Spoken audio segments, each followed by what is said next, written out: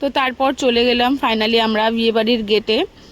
গেটটা ভালোই সাজিয়েছে, তো আমরা এন্ট্রি নিচ্ছি বিয়েবাড়িতে। তো তারপর দেখছি গিয়েই আমাদের ফুচকেগুলো আগে চলে গিয়েছিল, ওরা আগে একটা করে আইসক্রিম খাওয়াও হয়ে গেছে স্টল থেকে।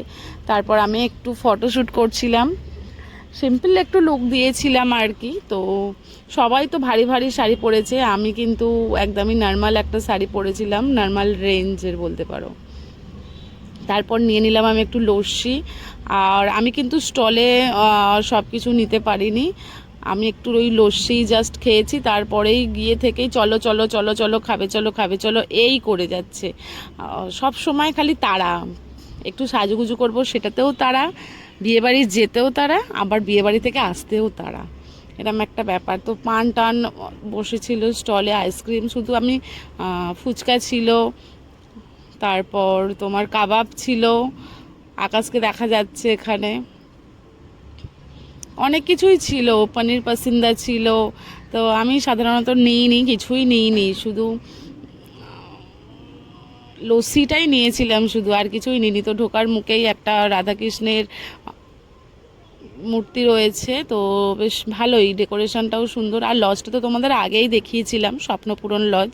আর বিয়েবাড়ি যেন সেই আমাদের সত্যি কথা বলতে কি যেমন খুশি সাজো, গয়েস জুলাই খেলা হয় না, সেই রকম যে যেমন খুশি সাজো খেলা চলছে এখানে যেন মনে হচ্ছে। তো সবাই একটু হাই হ্যালো করে দিচ্ছে, আমি ব্লগার বলেই বুঝতেই পারছো।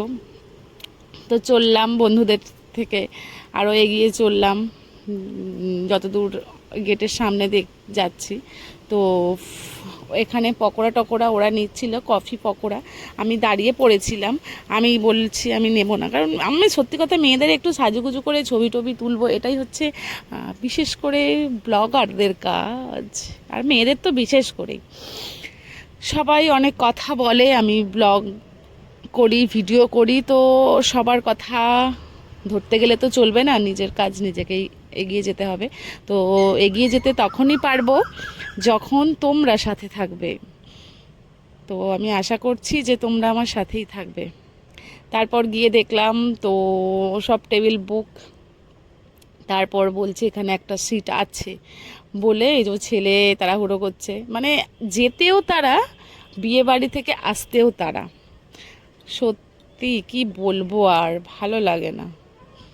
তো রীতিমতন বসলাম একটা সিট ধরে, মানে স্টল তো কিছুই নিলাম না, আমাদের মানে কি বলবো, সবাই আর কি, প্রচুর ভিড়ও হয়েছে আর প্রচুর লোকও বলেছে এরা।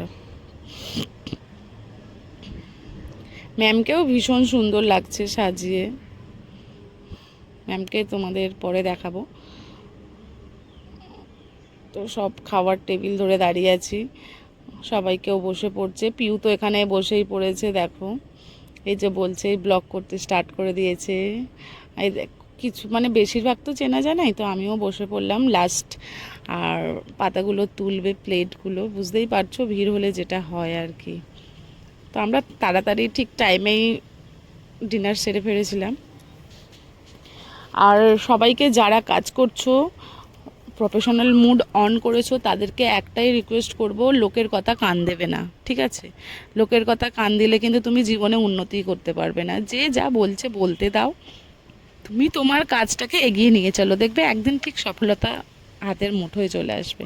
তারপর আমাদের দিয়েছে যে কুলচা, আমাকে দিয়েছে কুলচা আর চানা, খেতে স্টার্ট করে দিলাম। তো খাওয়ার শেষে বাড়ি চলে এলাম, এরম একটা ব্যাপার হয় যেটা বিয়ে বাড়িতে। তো এরা ঝিমিয়ে গেছে, এরা এত ফুচকা